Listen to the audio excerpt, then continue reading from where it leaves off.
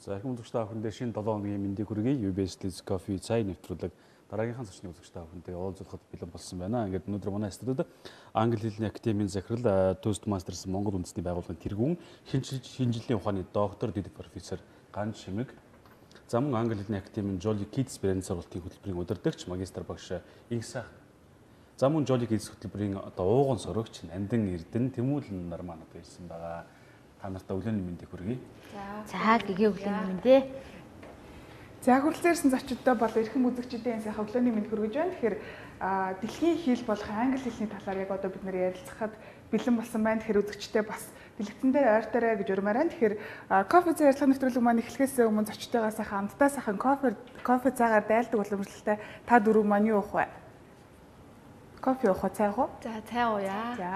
За өнөө өглөөнөөс эхлээд миний хувьд хавар болж өглөө эрт одоо гэгээ ордог болсон болохоор өглөөний хүн гэдэг ийм өөр хэмнэл орж байгаа. Тэгэхээр сайхан кофе ууч. За чичигтэй байна те. Өглөө 4:40-д болсон юм шүү те. За шидрах маань явах. За би кофе ууя. За тэгэхээр сая ламаа маань хэллээ. Өнөөдөр бол бид хүн дэлхийн хэл болсон англи хэлний тухай ярина гэж тийм. Тэгэхээр бол англи хэл бол өнөөдөр хүн бүхний зайлшгүй сурах хэрэгтэй. Нэг хэлний хоёр дахь хэл бол болоод байгаа тийм ээ. Тэгэхээр таны хувьд бас ганчмаг доктороос яриага эхлэж бодож байна. Олон жил англи хэл заасан хүний хувьд тийм ээ. Ер нь англи хэл гэдэг зүйлийг сурахад хүн юун дээр голлоо анхаарах хэрэгтэй юм. Эндээс өнөөдрийнхээ яриаг хэдүүл эхлэж бодож байна. Тийм тэгэхээр би англи хэл өөрөө сураад баг сурж эхлээд бараг 20 хэдэн жил болж байна. Зааж эхлээд тий 20 гаруй жил. Тэгээд зааж эхэлсэн гэх юм бол бараг 20 жилийн өмнө одоо хүмүүлийн ухааны их сургууль, хуучин гадаад хэлний дэд сургууль зааж эхэлсэн. Тэг яг ингээд бодохоор хамгийн гол зүйл нь өнөөдөр бид нар англи хэлийг яаж сурах вэ гэхээр кино үзвэл сайн сурнаа ч гэдэм эсвэл дуу сонсвол сайн сурнаа ч гэдэм ингээд хуучин тийм зүйл ярьдаг байсан бол яг өнөөдөр одоо ингээд эргээд харахад бол хамгийн гол зүйл нь хөвдөл англи хэл амжилттай сурах нь яг хүний амьдралын гол зорилго юм уу? Хүний амьдралын гол зорилго чинь өсөл аз жаргалтай сайн сайхан амьдрах штеп. Гэтэл тэр аз жаргалтай сайн сайхан амьдрахын нэг гол нөгөө тусламж үзүүлэх зүйл нь юу вэ гэхээр англи хэлний маш сайн хэрэглээнд орсон тэр мэдлэг байгаа гэсэн үг. Тэгэхээр нөгөө аз жаргалтай сайн сайхан амьдралын маань гол үндсэн зорилго маань англи зорилгоо биелүүлэхэд англи хэл амжилттай сайн сурах нь нэгэн хүчин зүйл нь болж өгч байгаа бол тэр өөрөө амжилттай болохын үндэс болж өгч байгаа гэсэн үг. Тэгэхээр үнэхээр би одоо тодорхой зорилготой тийм ээ. Жишээ нь Австрали Монголын засгийн газрын тэтгэлгийн одоо зарлагдсан 4 сарын 30 гэхэд одоо өргөдлөө аваад дуусна гэж үзэж байгаа тийм ээ. Тэгвэл тэрэнд би IELTS-ийн одоо хамгийн босго оноо нэхэр IELTS-ийн 5.5-аас дээш оноотой, 7 оноотой, 7.5 оноотой байвал би эргээд тэр маань амьдрал маань яаж нөлөөлөх вэ гэхээр би тэр тэтгэлийг авч чадах юм бол гэр бүлээрээ Австралийн их сургуульд тийм ээ одоо очиж суралцах юм боломж нэгдэж байна. Тэгэхээр миний амьдралд миний гэр бүлд өөрчлөлт авчрах юм англи хэлний өндөр чадвар байгаамаа гэх. Тэр өөрөө зорилго нь тодорхой болоод ороод ирсэн тохиолдолд хүн бол хизээд ч гэсэн босоод англи хэлдээ зав цагаа гаргаад ямар нэгэн байдлаар сурах бүрэн боломж байгаа байхгүй. Тэгэхээр хамгийн гол нь зорилго чинь англи хэл голж орж иж байгаа бол тэрэнд ер нь бол бүтэхгүй чадахгүй зүйл байхгүй маа гэсэн ийм дүгнэлтэнд хүрээд байгаа одоогийн байдлаар. Энэ нь олон жилийн турш харж байгаа. Тийм ер нь бол тийм. Нэрэл бодхооч нөгөө хэл сурыг гэж яваад байдаг. Сурч чадахгүй байсан өөртөө цаг гаргадаггүй зүйл бас нэг гол учир нь байгаа шүү дээ, тий. Харин. За тэгэхээр өнөөдөр бас манай удирдагч Инсайхан багш маань ирсэн байж байгаа тийм. Тэгэхээр Jolly Kids хөтөлбөрийг бас үзэгчдэд ер нь танилцуулсан зүйтэй авах гэж бодож байна. За Jolly Kids сургалт хөтөлбөр бол яг нөгөө бага насны хүүхдүүдэд зориулсан 6-аас 13 насны хүүхдүүдэд зориулсан сургалт байгаа. Манай сургалтын гол зорилго бол хүүхдүүдийг зөв уншиж, зөв бичүүлж, зөв яриулж, дээрэс нь англи хэл сурах чин хүсэл эрмэлзлийг хүүхдүүдэд бий болгох зорилготой байгаа. За жишээлх юм бол тэгээд энэ сургалтынхаа хөтөлбөрийг англи хэлний академийн багш нар маань өөрсдөө Монгол хүүхдийн нас сэтгэхүйн онцлог тохируулаад сургалтын хөтөлбөрөө зохион байгуулсан одоо боловсруулсан байгаа гэсэн үг байна. Тэгээд манай сургалт бол яг уламжлалт сургалтаас бол ялгаатай. Жишээлх юм бол манай хамгийн ихний хичээл SATP гэдэг дөрвөн үсэгний авиа тус бүрээс одоо жишээлх юм бол S үсгийг үгэнд яаж унших вэ те гэх одоо зүйлээс эхэлдэг байгаа. Ер нь бол англи хэл маань 26 үсэгтэй боловч 44 авиатай. 44 авиа тус бүр маань хоорондоо нийлээд 256 янзаар дуудагддаг хэл шүү дээ. Тийм болохоор монгол хэлнээс маш их ялгаатай сурахад аюу ер нь бол жоохон хүндрэлтэй гэсэн үг Монгол хүмүүсийн хувьд бол. За жишээлбэл Монгол үсэг 35 үсэгтэй 35 үсэг маань зүгээр л А бол А-гаараа л үгэнд уншигддаг шүү дээ тий. Гэтэл англи хэл маань A үсэг маань A-ээр уншигддаггүй. Үгэнд А-гаар ч юм уу тий. Эсвэл өөр ямар нэг үсэгтэй нийлээд өөр ямар нэг аваа гаргаж унших их мэдчлэнгээр өөр байдаг. Тийм болохоор манай сургалт маань эхлээд хүүхдүүдийг зөв одоо уншуулж сургана гэсэн үг. А хүүхд маань үгээ зөв уншиж байгаа тохиолдолд хүнийг зөв сонсноо, зөв ойлгоно гэсэн үг байна. А зөв сонсож байгаа үгээ ашиглаад зөв ярина гэсэн үг байна, тий. За тэгээд жишээлх юм бол нэг жишээ хэлье л да. IGH гэдэг 3 үсэг нийлээд А яваа гаргадаг. А яваа одоо А-яар уншина гэсэн үг. Жишээлх юм бол night тий night гэдэг үгэнд байдаг. А мөн дээрэс нь light fight гэх мэтэн үгэнд А-яар уншигддаг. А гэтэл хэрвээ тэр одоо 3 үсэг нийлээд А аваа гаргадаг гэдгийг мэдэхгүй байгаа тохиолдолд ярихдаа эсвэл бичгтээ буруу дуудаг. Жишээлх юм бол зөндөө олон газрууд одоо намайг ажилдаа явж явах замд автобусны цонхоор харж байхад night гэдэг үгийг GIGH байрыг нь солиод GH2-ын байрыг солиод ч юм уу TH-ийн байрыг солиод бичсэн. Зөндөө тийм хаягууд харагдаж байгаа байхгүй гадуур. Тэгэхээр энэ юуны улмаас одоо ингэж буруу бичсэн байна вэ гэвэл авиагаа одоо үсгнийхээ авиаг мэдэхгүй байгаа учраас буруу бичсэн байна гэсэн үг. А буруу бичиж ин гэдэг маань буруу дуудаж ярина гэсэн үг. А буруу дуудаж ярьж байгаа хүн бусдын яриаг буруу ойлгоно гэсэн. Тэгэхээр ингээд асуудлууд ерөөсөө авиагаа үсгнийхээ авиаг мэдэхгүйгээс болоод үүсч ин гэсэн үг. Тэгэхээр бидний гол зорилго бол хүүхдүүдийг одоо зөв уншуулж сургах, зөв яриулж сургах. Дээрэс нь хүүхдүүдэд англи хэл чинь ийм гоё хэл шүү дээ гэдэг тэр хүсэл эрмэлзлийг нь одоо төрүүлэх зорилготой манай жолыг хийсэн сургалт бол юм байна. Ер нь англи хэлийг бие дааж сурахын тулд ер нь юун дээр анхаарах хэрэгтэй вэ? Одоо жишээлбэл HBO гэж суваг үзсээр агаад бие дагаад үзсээр агаад англи хэл сурсан хүн байдаг гэж ярьдаг. Кино үзсээр агаад дуу сонсоор агаад сурсан хүмүүс байдаг шүү дээ. Тэгэхээр бие дааж сурахын тулд ер нь ямар зүйлс дээр анхаарах хэрэгтэй юм бол ер нь хувь хүнээс ер нь юу шаардлагатай вэ? Хэл сурахын тулд бие дааж гэсэн шүү дээ. Бие дааж сурна гэдэг маань одоо бидний үед англи хэл сурж исэн үе өнөөдрийн одоо орчин үеийн үеийг харьцуулах юм бол шал өөр болчихж л дээ. Бидний үе чинь зөвхөн нэг тийм Кембрижийн нэг номыг хэдэн канонцын номыг л бие биенээсээ бичүүлэх тийм техмэд сурахаас өөр боломж байхгүй болсон байгаа. Гэтэл өнөөдөр бол угаасаа ямар ч хэлийг онлайнаар сурах боломж нэгтсэн. Ямар ч хэлийг одоо клубүүд маш олон клубүүд хэрэгэлдэг тийм орчин бий болцсон байна тийм ээ. Тэгэхээр англи хэлийг бие дааж сурахад хамгийн гол зүйл нь түрүүн дурдсан цагийн менежмент маш чухал байгаа байхгүй. Зорилго нь өөрөө тодорхой байгаа. Зорилгоо хянах тэр процессыг өөрөө хянах. Би 2 сарын дараа гэхэд одоо жишээ нь түрүү хэлжсэн тийм IELTS-ийн 5.5 оноотой болно. Дахиад 2 сард дахиж бэлтгэхэд би 0.5-аар нэмэгдүүлж орж ирнэ ч гэдэм үү. Тэр зорилго нь өөрөө тодорхой, хяналтын процесс нь өөрөө сайн явж явах хэрэгтэй байна. Нэгдүгээр тийм ээ. Хоёрдугаар маш сайн сахилга бат их сайтай байх хэрэгтэй тийм ээ. Тэгээд сонирхлоо бас дагах асуудлыг гаргаж ирнэ. Зорилгоос хамаарат ямар байдалтай сахилга бат маань хүртэл ямар байдалтай байх вэ гэдэг нь өөрчлөлт орж иж байгаа гэсэн.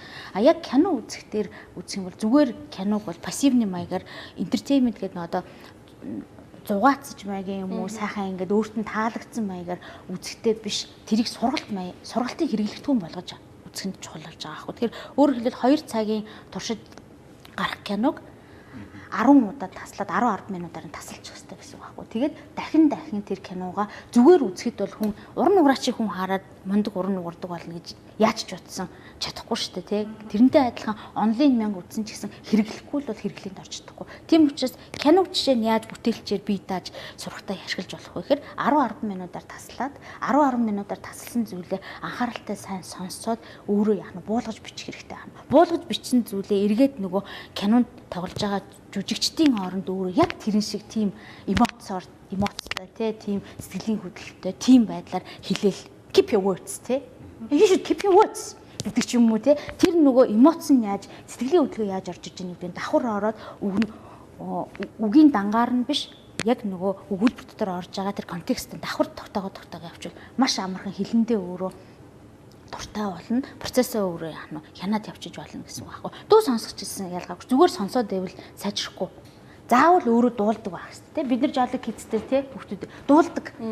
Тий. Дуулахдаа бүр хөдөлгөөнтэй тэрэн дээр бүр ингээд аз жаргалтай хөдөлгөөнтэй тэр дуугаа бүр амлиулж дуулдаг. Тэгжээж өөрөө тэр мөр хэрэглээ болгож өөрчлөлдөж байгаа гэсэн үг байхгүй тийм ээ. Энэ ард дэлгэцэн гараад байна л да тийм ээ. Багш сурагч нар нийлцээс бужигнуулж байгаа л тий. Түрүүн та бас хэллээ л да. Магадгүй одоо таныг англи хэл сурж явах үед бас заах арга барилж юм ямар байсан бэ? Одоо бол бас арай илүү боловсронгуй болчлоо шүү дээ. Олон талаас нь ч юм уу ингээд судлагдаад тийм ээ. Яг ингээд заавал хүнд илүү хүрх юм байна. Ийм насны усуудад ингээд заачвал гэж сонирхолтой болох юм байна гэдэг. Та нарын тэр одоо сурж исэн үед бол бас л нэг л арга байсан болоо гэж боддог. Маш сайхан дүгнэлт. Үнэн.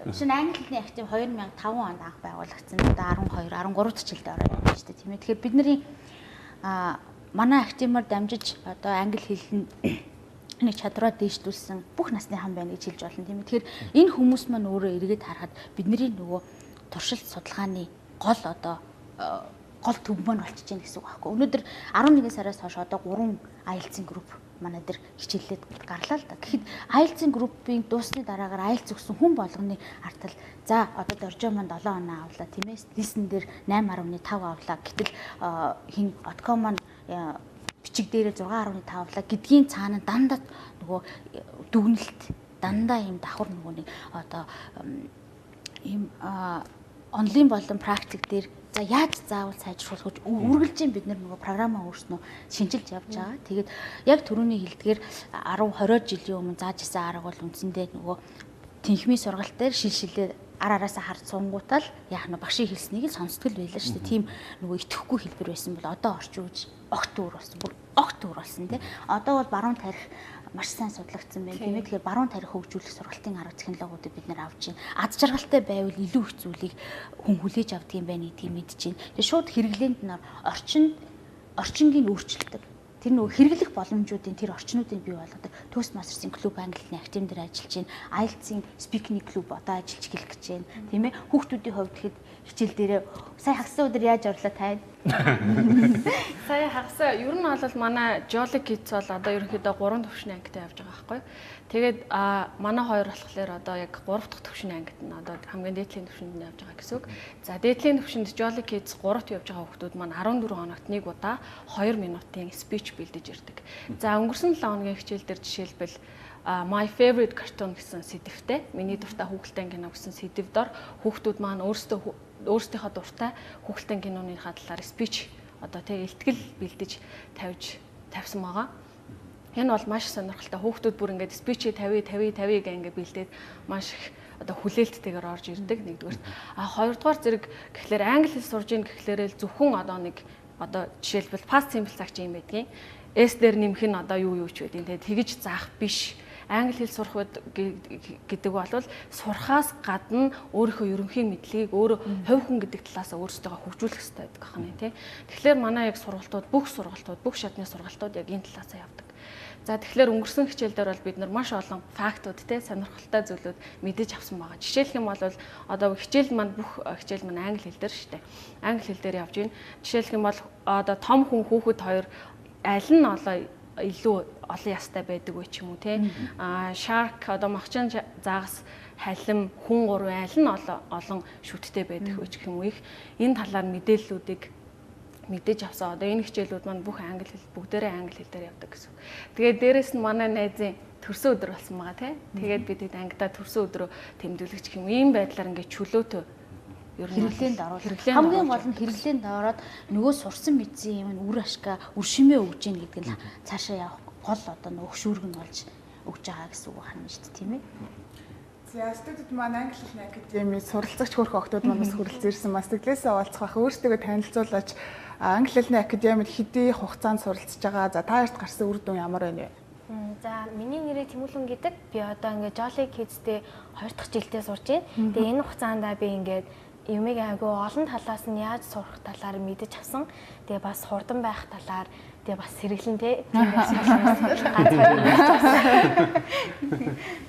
За. Сайн байна уу? Намайг Нэнди Эрдэнэ гэдэг. Би 10 настай. Би 3 дахь жилдээ явж байгаа. Тэгээд би ер нь англи хэл ерөөсөө мэддэггүй байхдаа л энэ Jolly Kids-д орж ирж байсан. Тэгээд намайг ийм англи хэлтэй болгож өгсөн багш нартай их баярлалаа. Хоёр найзууд нэг ингэ найзууд уу? Тийм. Оо зөв. Jolly Kids- нэг ангийн гэхдээ өөр сургууль. Энд ирээд бас дахиад найз нөхдөд болсон. Тэгээд ч үүзээгүй найзууд тийм. Одоо ингэ хичээл дээр анги дээр нэг өдрийнхөө сургалтыг ч юм уу явал ер нь одоо хичээлд хамгийн гоё зүйл нь юу байдгийг англи хэлээр ингээ анги дээр ирэхэд тийм. Одоо ингээд хичээлээ ингээд тийм багш нар маань ингээ багш биш юм шиг тэгээд сүүлийн 10 минут дээр тоглолтог нь бас гоё байдаг. Сүүлийн 10 минутанд дээр тоглоод төрсөн өдрөд бас бяцхан парти хийдэг юм шиг байна. Нийлээд ингээ багш сурч байгаа. За.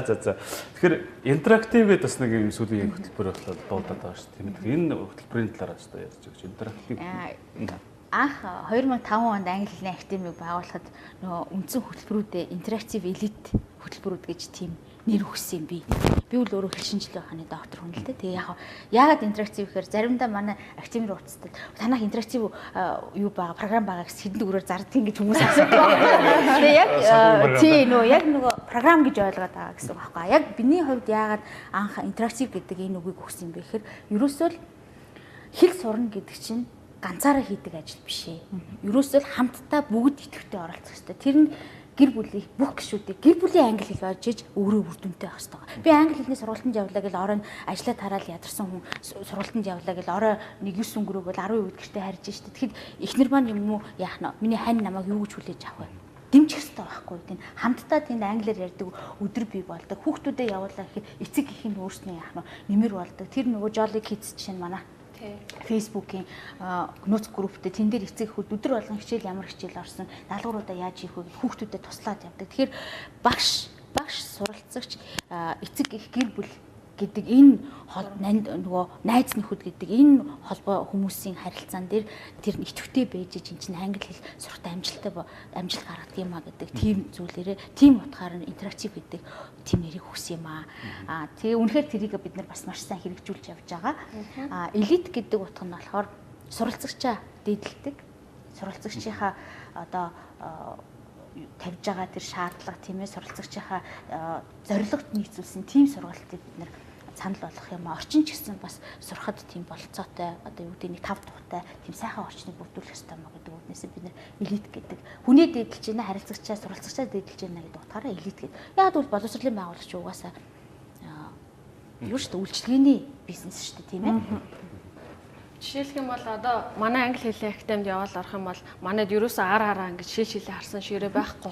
Jolly Kids-ийн анги гэхтэл яг юм дугуй ширээтэй нэг ширээн дээр 4 санал тавьсан. Томчуудын анги гэхэд дөрвөлжин ширээ боловч яг ингээд тойроод өөдөөсөө харж суух ийм байрлалтай байдаг.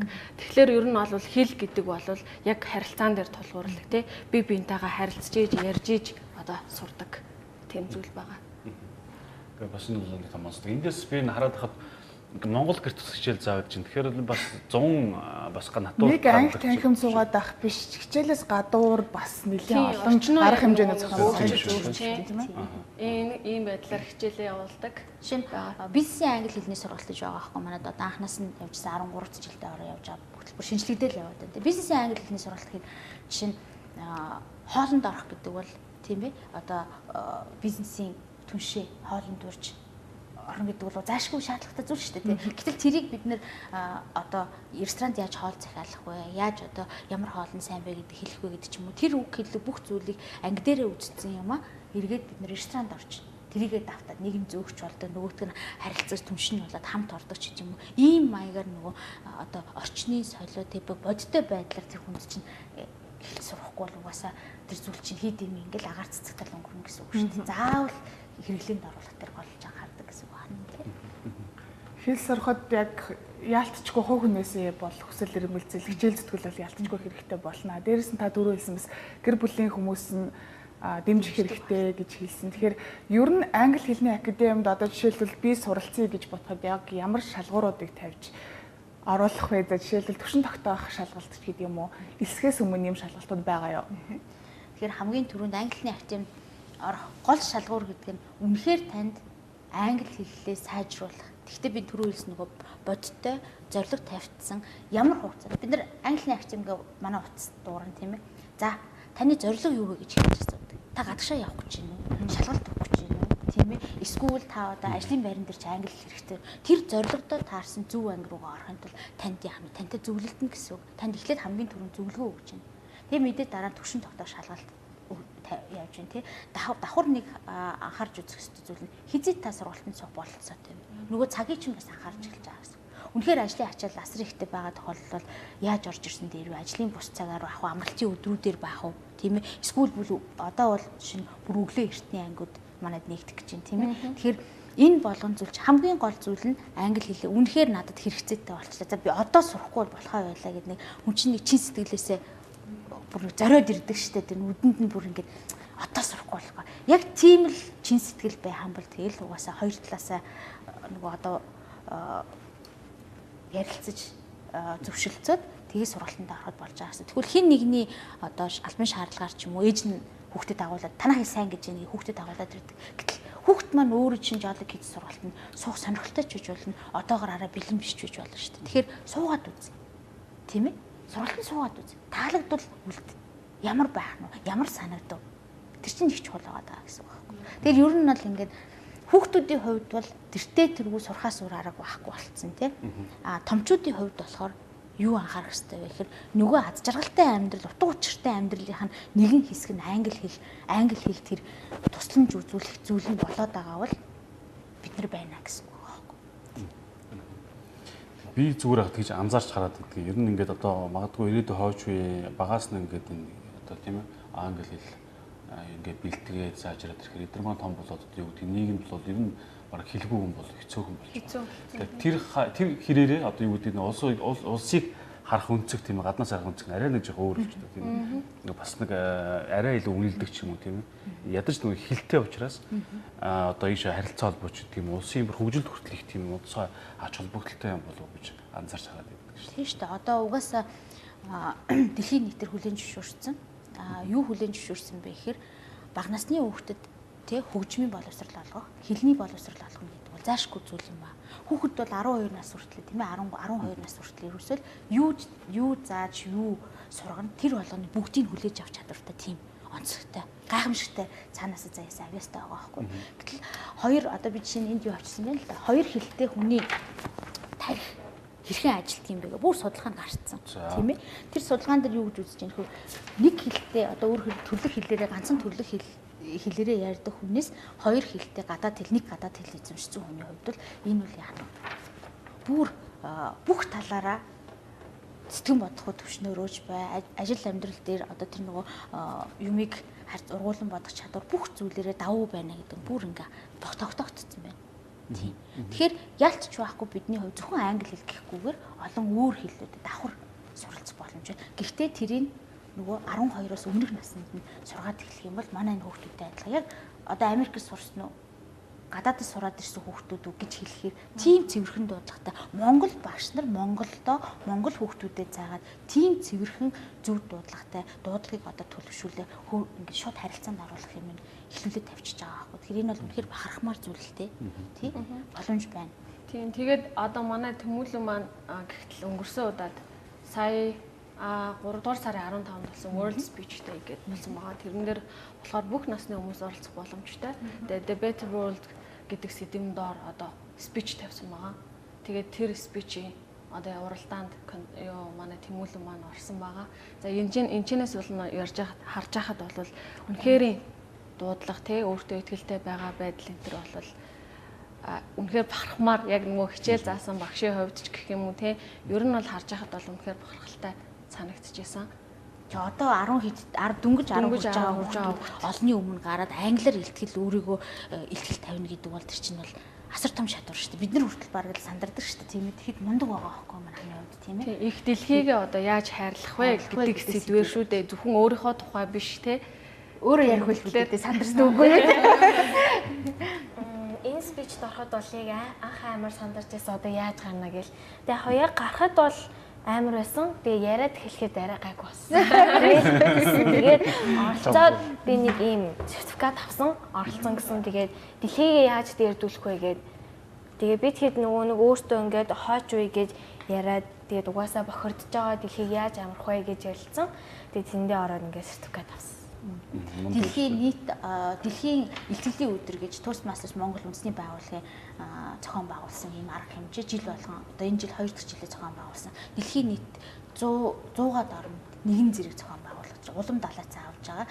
Зүгээр хинч мэдэхгүй тэр хүмүүсийн дуу хоолойг сонсгох тийм боломжоор хангая гэсэн үндсэн уриатай ийм арга хэмжээ бид нэр зохион байгуулсан. Манай хүүхдүүд өөрснөө багш нартайгаа ярилцж байгаа санаачлагаараа оролцсон. Тэгээд хамгийн бага нь манай эдээсэн шүү дээ, тийм ээ. Тэмүүлэнгийн үр дүнгээс харахад англи академи англи хэл заагаад зогсохгүй дээрэс нь бас хувь хүн талаас нь хөгжүүлж ах шиг юм тийм яг яаж нээлттэй болох вэ? Яаж хүний өмнө бас ярьдаг болох уу гэдэг талаас нь хөгжүүлэх багаар ажиллах чадвар, бие биенийгээ дэмжих гээд маш олон чадварууд нэгэн зэрэг англи хэл гэж байгаа боловч англи хэл өмнөдөө англи хэлээр дамжуулж тэр олон нөгөө хэрэгтэй чадвар утас чинь хүн сууж байгаа гэсэн үг байхгүй. Бусдын өмнө хариуцлага хүлээж суран цагтаа байх хэрэгтэй, тийм ээ, багаар ажиллах чадвартай байх хэрэгтэй. Ер нь бол монголчууд чинь нэлээ ичимхий хүмүүс юм шиг байгаа шүү дээ тий. За яг хаа өөрийнхөө хэлээр төлөх хэлээр ярихдаа бол ингээ гайгүй ярьчин. Англиар яргангууд яна хичээд байна ч гэдэг юм уу эсвэл уул нь би ингээ ойлгоод байдаг юм а. Гэхдээ ярих гэхээр ингээ болдоггүй. Ичимхий хүн хэл сурдаггүй гэж ярьдаг шүү дээ. Тэгэхээр яг энэ би ойлгоод байгаа юм. Тэгээ энэ байдлыг л одоо бид хэд бол ер нь эвдэж үгүй гээд манай хүмүүс бол одоо хаач бол ер нь ичгүй те өөрийгөө англиар чөлөөтэй илэрхийлдэг болцсон байгаа. Монгол багш нартай болохоор за ойлгохгүй байгаа, чадахгүй байгаа юм а монголоор ярих нэг тийм тал байдаг уу? Ер нь бол бид хэд ингэдгийг анги дотроо англиар ярихгүй, монголоор ярихгүй, дан англиар ярина гэсэн дүрмтэй. Тэгээд дээрэс нь бид нар бүх ангиудаа том жижиг гэлтгүү бүх ангиудаа ингээ стикер нагаа явдаг байхгүй. Гэрийн даалгавар англиар ярьж байгаа гэдэг урамшуулал гэсэн үг. Хэрвээ монголоор ярих юм бол одоо two stickers off ч гэдэг юм уу, one stickers off ч гэдэг юм уу. Тэгээ явцдаг болохоор хүүхдүүд маань ер нь бол ихэвчлэн дан бол монголоор ярьдаг. Хэрвээ ингээд бүр ойлгохгүй нэ тэр яах юм бол Mrs. Сайхна энэ Mongolian, Miss Nemo энэ Mongolian гэж яхад тэгэл нөгөө монголоор асуух юм ингээд асуугаад ер нь бол явдаг байгаа. Тийм. Ер нь яг ямар хөтөлбөрүүд өнөөдөр явдаг хичээллэгдэж байгаа вэ? За Jolly Kid байгаа юм байна. IELTS-ийн ангууд бас байгаа. IELTS-ийн ангууд байна. Манайд үндсэндээ англи хэлний актив гэрч одоо англи хэлний дээр л голно гэсэн үг шүү дээ. Тэгэхээр нөгөө 6 настай болчроос 80 настай буурал гэдэг шиг л англи хэлний сургалтууд. Гэхдээ бид нар энэ сургалтуудаа хамгийн гол нь брэнд болгох буюу өөрөөр хэлбэл сургалтын хөтөлбөрүүдийг яг одоо шинжилгээ ухааны үндэстэй тэгээ Монгол хүний насны онцлог, сэтгхүүн онцлог дээр тулгуур харгалзаж үзсэн ийм хөтөлбөрүүдийг бид боловсруулах тал дээр нэлийн их цаг зав гаргаж бас хөрөнгөж хайж ингэж ажиллаж байгаа. Тэгэхээр Jolly Kids гэдэг маань 6-аас 13 насны хүүхдүүдэд зориулсан сургалт, брэнд сургалт байна. Jolly Teens гэдэг за манай англи хэлний актив одоо энэ жил 3 дахь жилдээ оюуны тулаг гэдэг бүрэн бүсдэн сургуулийн аутсорс англи анх удаа Монголдо аутсорсинг хийж явж байна. Ойролцоогоор 180-аад хүүхдтэй сургуулийн 1-ээс 12 дугаар ингээд бүх сургалтыг манай хариуцж байгаа. Тэгэхээр Jolly Teens буюу өсвөр насныхан зориулсан ийм залуу манлайлагч гэсэн хөтөлбөртөд давхар орж ирдэг ийм хөтөлбөр манайх 100-аас одоо ингээд хичээллэгдэх нь одоо бол сургууль дээр хичээллэгдэж байгаа гэсэн үг байна тийм ээ. За насан туршидтын хувьд болохоор яг өнөөдөр насан туршидтын ингээд аваад үзэх юм бол нэг 90-ад онд англи хэл 90-ад оны сүүлчээр англи хэл сурж исэн хүмүүс юм бол бүгд ер нь харьцангуй англи хэлээр ойлгодог болчихж байгаа байхгүй. Ямар нэгэн хэмжээгээр англи хэл сурсан байна. Ямар нэгэн хэмжээгээр англи хэлний мэдлэгээ сайжруулахын төлөө явцгааж байна. Одоо юуны тухай ярьж эхлэх вэ гэхээр тооны биш чанарын асуудал ярьж эхэлж байна гэсэн үг байхгүй. Тэгэхээр нөгөө English for specific purposes буюу тусгай зорилтын англи хэл буюу яг мэргэжилтээр нь одоо бид нар жишээ нь телевизийн нэвтрүүлэгч нар зориулсан англи хэл гэж орж ирэх хэрэгтэй байна. Тийм ээ. Эсвэл одоо манай дээр явагдаж байгаа сургалтууд гэх юм бол TOEFL буюу хууль зүйн олон улсын хууль зүйн англи хэлний сургалт байна л да. Тэр сургалтын эрхийг бид нэр аваад албан ёсны төлөөлөгчийн газраар ажилладаг. Одоо 6-7 дахь жилдээ хууль зүйн англи хэлний сургалтыг 3 түвшинд явуулж байна. Тасралтгүй явуулж эхэлсэн. Юуны IELTS гэдэг бол угаасаа ойлгомжтой. Англи хэлний академик англи хэлний маань түвшин ямар байна вэ гэдгийг баталгаажуулж олон улсын шалгалт шүү дээ. Тийм ээ. Тэрэнд бол бид нэр 3 ийм үндсэн түвшингөөр сургалтаа явуулж байна. Мөн бизнесийн англи хэл бол манай үндсэн сургалтуудын манай бүр анханаас нь орж ирсэн тийм ээ. Ажил хийж байгаа, ажил хэрэгч хүмүүс зориулсан тэр сургалт байна. Өөр ерөнхий англи хэл дээр бид нэр одоо нэг юм нөгөө 2 сарын дараа ч юм уу Америк элчинд ороод Америк явах гэж байгаа. Тэгээ нөгөө орчиндөө очиод тэнд очиод наан нь бэлтгэл хийчихэд явах хэрэгтэй. Гэхдээ энэ Монголдо яах нь үзэж байгаагүй хүмүүс төвшингийн суурийг маш сайн тавьж өгөх зорилготой тийм сургалтууд бас биднэрт байна тийм ээ. Тэгээд юу гэдэг нь TOEFL бэлтгэж IELTS гэж шалгалтаа өгч шээ. Тэгээд шалгалтууд нь өндөр оноо авч чагаар зэрэг одоо магадгүй гадны их ус том улс орнуудаас нэм тэтгэлтэй суралцах юм боломж их олдоод байд юм аа гэж. Энэ боломж ирээдгийн үүнд бэлтгэхийн тулд бас өмнө яасан юм талаар таас. Тэгэхээр эргээл нөгөө зорилготой маань л уйлдаж орж ирж байгаа гэсэн үг. Би үнэхээр Австрали орн надад таалагдаад байна уу? Америкт таалагдаад байна уу? Англид очимоор байна уу? Тийм ээ. Одоо шинжилгээний төв бас Англид очимоор байна уу ч гэдэм үү? Эсвэл би Шинэ Зеландд очимоор байна уу ч гэдэм үү? Тэгээ тэрнээсээ хамаараад би ямар мэргэжлийн хүн блэ? Хэдэн жил ажиллаж байгаа вэ гэдгээ бас давхар бодох хэрэгтэй. Тэгээд англи хэлнийхээ хамгийн анхны гадаадын ихтэй сургуулиуд магистр түүнээс дэш зэрэг одоо хамгаалах гол болцол чинь тэтгэлэг авахгүй гол болцол чинь англи хэлний маш сайн өндөр чадвар байгаа. Одоо насан турш гэхгүй бүр 10 жилийн хүүхдүүд 12 дугаар ангийн хүүхдүүд чинь IELTS бэлдээд оноонуудаа өндөр аваад эхэлж байна. Тий. Тэгэхээр шалгалтын формат маань өөрөө ямар шалгалтай байх вэ? SAT гэдээ манайх бас бэлддэг тийм ээ. Тэгэхээр шалгалтын формат маань өөрөө ямар байна вэ гэдгийг ямар стратегиэр үзэх юм бол маш богинохон хугацаанд энэ шалгалтыг амжилттай өгөх вэ гэдгийг бас давхар харуулж үзэх хэрэгтэй гэсэн үг байна тийм ээ. IELTS одоо бэлдэж байгаа сургалтын газрууд бол хэлдэг штеп. За манай сургалтын суугаад IELTS хөтөлбөрт хамрагдлаа. За 7 оноо амлж байна. Бид нэр 6.5 оноо амлж чадна гэж тэгж ярьдаг. Танайх ер нь академиас тийм оноо амлалт гэдэг юм байдаг юм бол ер нь зөв тогтолцоо юм болоо буруу тогтолцоо юм болоо. Юу юм? Эргээд нөгөө зорилготой хэр үнэнж байна уу гэдгээс л хамаарч байгаа байхгүй. Бидний өгсөн за одоо манай IELTS-ийн програмыг авч үзье л та. Бусад маш олон газрууд байдаг. Жишээ нь бидний хувьд жишээ нь IELTS-ийн бичгийн чадвар монголчуудын хувьд бол нэлээд тааруу байгаа байхгүй. Гэтэл бичгийн чадвар дээр юу анхаарах хэрэгтэй вэ? IELTS чинь task 1 2 гээд бичгийн юм даалгавартай. Тэр бичгийн даалгаврыг ингээд аваад үзэхээр одоо манай боловсролсуугаар аваад үзэнгүүт ерөнхийдөө нэгдүгээр даалгавар дээр 4 төрөл байгаа. 4 төрлийн бичгийг шаардж байгаа гэсэн үг байхгүй. Тэр нь жишээ нь график тайлбарладаг тийм ээ. График гэдэг нь хандлага тайлбарладаг, хэр өөрчлөлтийг тайлбарладаг нэг графикийн бүлэг байна. Эсвэл харьцуулалт оруулж ирдэг, эсвэл процесс заадаг, эсвэл одоо юу бах нь газрын зураг map гэж орж ирж байна тийм ээ. Нөгөө өөрчлөлт шинжил хөгжлийг тухайн хот жишээ нь 1990 онд тийм байжээ 2017 онд ийм байна гэдэг. Тэр хоёрын ялгааг та өгөгдсөн зурган үзүүлэлтийг бичгээр үгээр болоод бичээрэй гэсэн даалгавар. Тэгэхээр 4 үндсэн ийм төрөл байлаа гэхэд тэр 4 үндсэн төрөлтөд бид нар яаж одоо хүмүүсээс сургаад байна уу гэхээр за ямар нэгэн үгийг та нэг удаа таарлаа. За би нэг үг тогтоолоо contemporary гэдэг үгийг тогтоолоо гэхэд дахиад эргээд нөгөө үг чинь толгой чинь тогтоогддог байхгүй мартчихдаг. Яг тэгдэг тий. Нэг үгийг нэг удаа ингээ үзэхэр тогтоогддоггүй.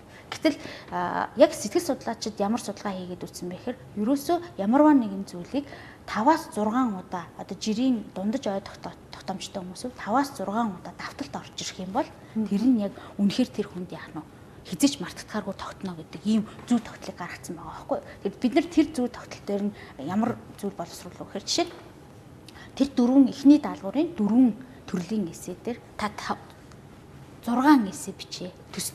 Төстэй бичгийн даалгавар хий. Гэхдээ ийм үгнүүдийг ингэж орж ашиглана. Ийм бүтцтэй байна шүү гэдэг юм. Бүр наривчлаад ингээ өгчөөд тэрийгэ давтуулж хийнгүүт жишээ нь IELTS-ийн нэг сургалтанд бид 48 эссе бичиж байгаа. Эссе writing бичиж байгаа гэсэн.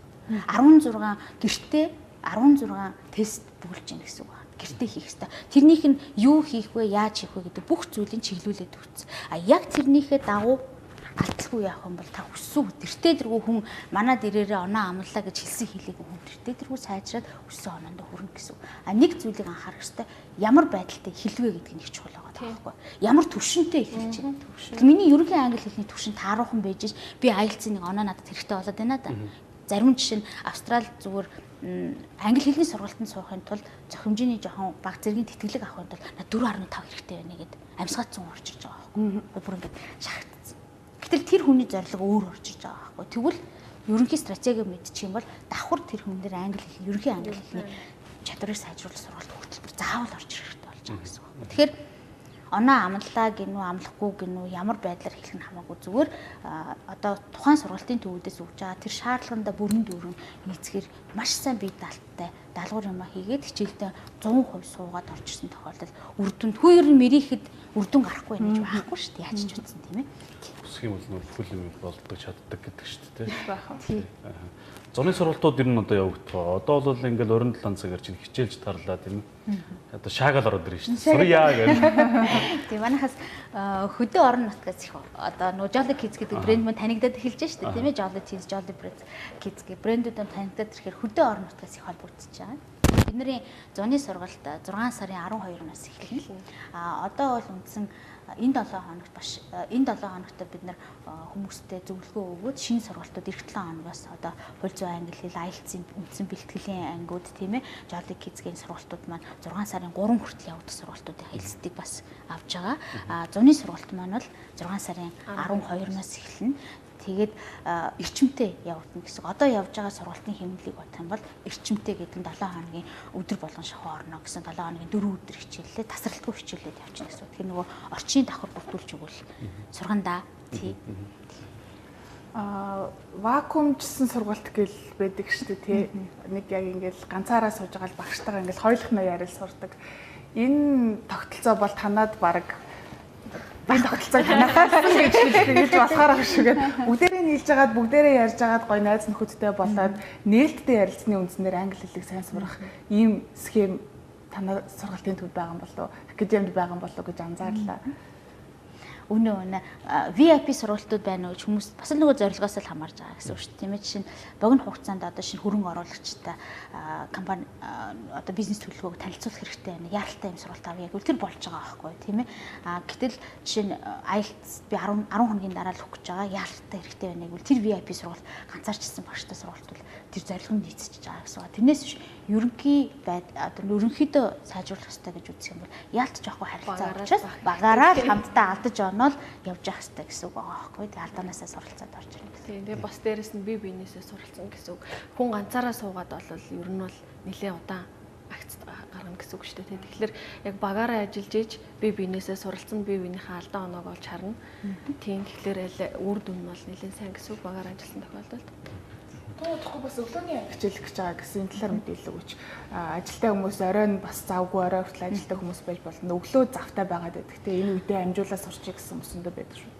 Тийм. Тэгэхээр нөгөө хүний яг нэг юм биологийн цаг гэж үт юм яа л да одоо идэвхтэй байх цаг гэх. Тэр чинь бас удирлаас хамаарч орж ирдэг байгаа байхгүй. Өвөлдөө бол тэр их утаан дундуур өглөө эрт харанхуугаар нашаа орж ирнэ гэдэг бол хэцүүтэй. Яг одоо бол нөгөө бидний 2005 онд байгуулагдсанаас хойшлын намар хаврын ийм өглөө эртний анги эрт ийм эртэж шуухаа early birds гэсэн ийм ангийг хичээлдүүлдэг. Тэгээ 7 хоногоос угаасаа хичээлэн. Тэгэхээр өглөө тэр өсвөөсөөгөө би нар мандахад л сэрцэн байх хэрэгтэй гэсэн үг байхгүй юу. Тэгэхээр их идэвхтэй эрчтэй байхад өглөөний ангиудад хичээлэхэд их зүгээр 7 цагаас хичээлээд 8:30 хүртэл хичээл 9 цаг гэхэд ажилдаа явах бүрэн боломжууд. Ихэвчлэн дандаа томчуудад зориулсан сургалтууд, насан туршид зориулсан. Тэгэхээр нөгөө хууль зүйн англи хэлний сургалт маань, IELTS-ийн сургалт маань орж ирж байгаа гэсэн үг байна тийм ээ. Хууль зүйн англи хэлийг нөгөө албасын шал одоо тийм шалгалтыг бол авах эрхийг бол 2011 онд авсан гэсэн мэдээлэл байгаа юм л. Тэгэхээр энэ ач холбогдол нь юм даа одоо тийм. Энийг ингэж одоо авснараа давуу тал нь юм даа одоо. Тэгэхээр Монголын хуульчдын хувьд өнөөдөр бас ингэж аваад үзэхээр залуу үеийн та нарын одоо үеийн залуучуудын хувьд бол гадагшаа яваад гадны сургууль хуулийн сургууль төгсөөд ирсэн хүүхдүүдийн хувьд хэлний асуудал байхгүй байгаа байхгүй юу. Гэхдээ тэр залуусын хувьд ямар асуудал вэ нөхөр нөгөө туршлагын асуудал. Монголынхоо хууль эрх зүйн орчныг хэр сайн мэдж байна вэ гэдэг асуудал орж ирж байна гэсэн үг байна тийм ээ. Бидний үе биднээс одоо нэг юм нөгөө шилжилтийн үед байсан хүмүүсийн хувьд болохоор англи хэл ялцчгүй хоцрогдсон. Тэгээд нарийн ширийн одоо ингээд нөгөө юу гэдгийг өмгөөллийн фирмүүдийг хаанаас авж ийн нөхөр нарийн ширийн юм ярьдаг юм. Дандаа гадны компаниудаас аваад байгаа юм. Маш өндөр үн төлж авч ийн. Гэтэл Монгол хуульчид өөрснөө мэдлэгийн хувьд л маш мундаг. Юун дээр дутагдaltaй, юун дээр одоо юу гэдгийг хэцүү байна вэ гэхээр англи хэлний мэдлэгэнд харах хүн байгаа даахгүй. Чөлөөтэй өөрснийхөө одоо хууль зүйн англи хэл чинь ерөнхий англи хэлнээс шал өөртэй. Өөрснөө төрлөх хэлтнүүд хүртэл ойлгодгүй. Тэгэхээр тэрийг анханаас нь бид нэр одоо бүр суур шатнаас нь эхлээд за одоо гэрээний эрх зүй дээр орж ирдэг энэ үг хэлгүүц ингэж орж ирдэг юм аа, ингэж хэрэглэгддэг юм аа. Тэгээ өөрснөө хүнээр л орчуулга хийлгээд идэв болохоос яг өөрснөө хийх тал дээр бас л харьцангуул тийм шаардлага байгаад байгаа байхгүй. Тэгээд бас өөрсдөө чөлөөтэй илэрхийлдэг болох хэрэгтэй болоод байгаа. Хууль зүйн тоолос гэдэг олон улсын шалгалтыг амжилттай өгсөн тохиолдолд гадаадад яг мэрэгчлэрээ хууль зүйн одоо хуульч эсвэл одоо өмгөөлөгч гэдэг юм уу тийм ээ тэр мэрэгчлэрээ ажиллахад энэ хүний англи хэл нь хууль зүйн англи хэл нь ямар ч асуудал байхгүй гэдгийг баталгаал гэсэн үг байхгүй. Тэгээ энэ тоолос гэдэг олон улсын шалгалтыг бол маш олон том одоо дэлхийн том хуулийн фирм бүгд хүлээн зөвшөөрсөн юм шалгалт байдаг. Энэ бэлдэх явцдаа хууль зүйн англи хэлийг давхар сайжруулж байгаа гэсэн үг байхгүй. За өнөөдөр бол манай студид Нанди Эрдэнэ Тэмүүлэн нар маань өсөж олдсон байна. Тэгээ хүндтэй зоч нэрэд байгаа шүү дээ. Тэгэхээр хоёр дүүгийн маань хувьд бол ер нь одоо мөрөөдөлтөд хүрэхийн тулд англи хэл сурсан байх тийм англи хэлийг одоо эртнэлтэй сурсан байх. Тэгээд ер нь одоо ирээдүйн зорилгоо ер нь яаж тодорхойлж амжсан болоо тийм. Ер нь одоо ирээдүйд аль улс руу явъя гэж бодож байна. Би өөрийн зорилгоо тодорхойлсон. Альц 7 хоног аавна гэж. Хэлээ авах гэж байгаа. Айлц эзэх хүлээ. Нэгдүгээр курс. Нэгдүгээр курст орохдоо айлц авах чинь тийм. Наанаар өгчих واخ тийм ээ. Одоо юм ундаг байгаа юм чинь тийм. Тэгээд Америк руу явна гэж боддог. Ямар мэрэгчлээ. Зовлохгүй. Манай Нанди мундаг аав ээж нь маш их анхаарал тавьдаг. Тэгээ ээж нь их мундаг бүсгүй байдаг. Одоо балетанд явж байгаа тийм ээ. Төгөлдөр хурц явж гинөө. Пиано явж байгаа тийм ээ. Гэхдээ ингээд зэрэг бүх юм зэрэг амжуулж байгаа. Завгүй нөгөө нэг завгүй тий цагийн хуваартай бүгдийн зэрэг амжуулаад яваад байдаг. Тэгээ одоо нас энэ цаг төлөвлөлт энэ төр бараг Нандиагаас суралцмаар юм. Өөрөөр минутаар бараг тогтцсон тийм ээ. За одоо ийш явна ингэж явна гэх тий. За манай дүүгийн Тэмүүлэн. Би бол тэгээд одоо ингээд зорилгоо ер нь бол нэг амар тодорхойлоогүй байгаа. Гэтэ ер нь бол том болж байгаад ингээд сайн мэрэгжлийн хүн ойлгодог, хүнээр ойлгуулдаг тийм болчоод тэгээ айлцаараа сайн оноо аваад нэг улс руу явна да.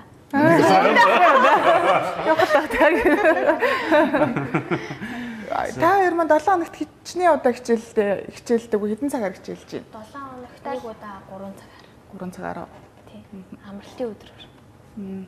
Бусад өдрүүд нь өдөр болгон хийх даалгавартай тийм ээ. Гэтэ очиод өдөр болгон хийх даалгавартай. Тэгэхээр нөгөө ачаалал ихтэй сургуулийн хүүхдүүд манай дээр явдаг шүү дээ. Одоо өглөө 8 цагт хичээл нь ороо бараг 4 5 гэхэд тардаг хүүхдүүд байгаа байхгүй. Тэгэхээр ачаалал ихтэй учраас хүүхдүүдээ урт хугацаанд эдгээр чинь жилийн ангийн хүүхдүүд шүү дээ тийм ээ. Урт хугацаанд өдөр болгон өөрсдөө баг багаар юм аяг болох даалгавраар хийх явчихдаг байна. За баярлалаа. Тэгээ өнөөдөр бид бүхний ярилцах цаг бол энэ төрөд өндөрлөж байна. Тэгээд сэцэгчүүд маань одоо яг хүүхдээ яг өдөөд тийм ээ ямар одоо хэлний сургалтанд хамруулах вэ гэж одоо бодож байсан болсон. Өнөөдөр эндээс хэрэгтэй мэдээлэл авсан байхаа гэж бодож байна. Тэгээд өнөөдөр өглөө хүрэлцэн хийсэн та нартай баярлалаа. Сургалтад нь өндөр амжилтыг хүсье тийм ээ. Америкаас мэдчлээрээ, Англиас мэдчлээрээ. Тэмүүлэн бол аль улсаас чамаагүй л мэдчлэх юм байлээ. За баярлалаа. Хүрэлцэн хийсэн. За баярлалаа та бүхэндээ цаашдынх нь ажилд сурлагад нь өндрөөс өндөр амжилт хүсье. За бүгдэнд нь амжилт. Нэвтрүүлэг хамтаас үзэгч та бүхэндээ баярлалаа. Маргааш дахин шинэ зочдтойгоор уулзцгаая.